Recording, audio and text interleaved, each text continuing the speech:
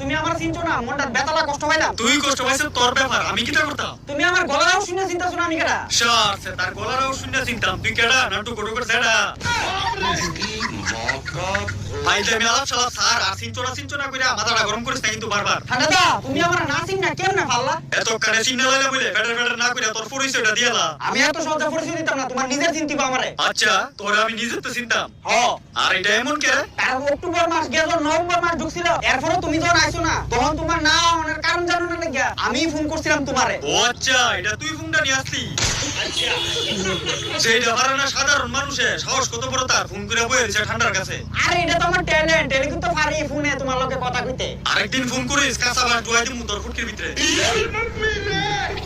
তে আমার কাছে ফোন করে তারা জিজ্ঞাসা যেমন আমি আমু। আচ্ছা বাদ দাও, যা গেছে তো গেছে, তাহলে ফাইনালি তুমি আইছো পৃথিবীতে। ও তোর যন্ত্রণা কি থাউন যা, আবার ফোন করস মোবাইল দিয়া। কিন্তু কথা হলো তুমি বাজার